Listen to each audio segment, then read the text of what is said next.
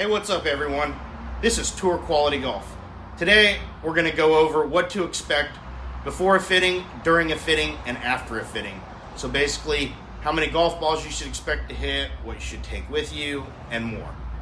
First off, we're going to start off with some footage from some time-lapse from a block party that we sponsored this last weekend. I've been messing around with editing, so if you care to critique it, go ahead and leave some comments below.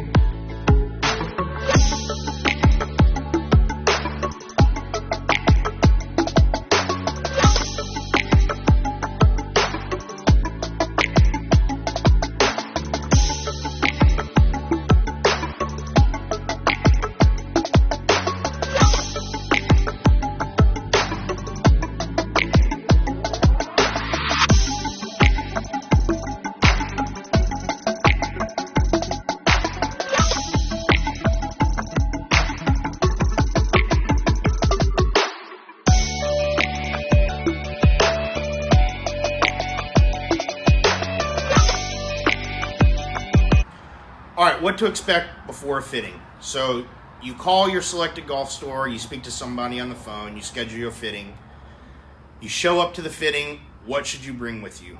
So say you're going to get fit for a set of irons. You should probably bring your 6 or your 7 iron, depending on what the fitter likes to use. You may want to ask that when you're calling to schedule it. If you're fitted for a driver, make sure you bring your driver. The reason is you want to be able to have a baseline to establish whether you can actually see any gains or not from the equipment that you're testing out. You're also probably going to want to bring your golf shoes or whatever you play golf in. Typically your fitter should have your selected ball of choice, but if not, you may want to bring those in case. That these are some questions that you may want to ask when you're calling to schedule your appointment. Basically, we want it to be as close to what you would use on the golf course as possible to establish a baseline to go off of. So now that you figured out what all you need to bring with you to your fitting, you show up for your fitting and you walk in the door like, hey. Alright, so now you've gotten to your fitting.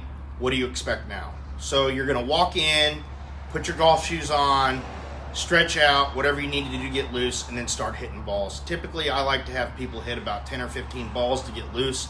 Then I start tracking everything on TrackMan.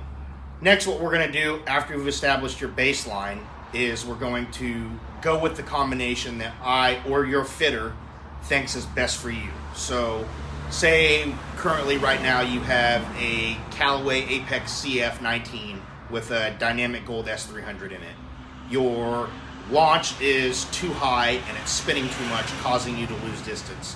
So what the fitter is going to want to do is put you into an iron and shaft head combination that's going to launch it a little bit lower and spin less to help you gain distance. All right, so the goal of the fitting is, the main goals of the fitting are for you to hit it as far as you possibly can, as consistently as you possibly can, but we want you hitting it at your target as often as you possibly can as well. So it's all about consistency, right? So on the PGA Tour, you hear them talking about launch windows a lot, right? So if you can get your ball to launch on the same window consistently every time, that means your distance control is going to be so much better. That's how those guys on tour are able to hit it to the foot, to the yard. During the entire fitting process, you should be going over the numbers with the fitter, comparing to your baseline that you established at the beginning. So hit a few balls with the new setup that the fitter gives you. Go back, compare the numbers through the baseline, see if your dispersion and your distance is getting better. Go back, test something else, rinse and repeat. That's basically what the fitting process is. So after we fit you for length and lie, and we've got you hitting the middle of the face consistently, the next step is to figure out what set makeup you want. For iron, so do you want to go 4 through pitching wedge, 4 through gap wedge, 5 through approach wedge? That's up to you and the fitter to decide, to figure out the gaps in your bag and what fits best there.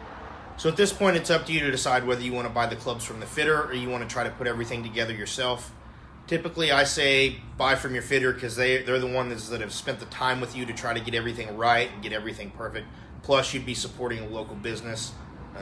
Once you order the irons, depending on the manufacturer, it could be 2 to 4 weeks. If there's any back orders, it can be a little longer. Typically, your fitter will find that out within a day or two after they place the order, and they'll be able to let you know whether there's a back order or not, or let you know just about how long you should expect it to take to get your clubs in hand. All right, and that's it. I'm going to go ahead and wrap this video right now. Make sure you like and subscribe to my channel if you like my content. That way I can keep bringing you more stuff. I have a bunch of stuff planned for the future. I'm going to be filming some really cool stuff, so stick with me, endure the cringy videos, and it'll get better. Once again, make sure you like and subscribe to my channel, and visit my website, www.tourqualitygolf.net. Thanks again.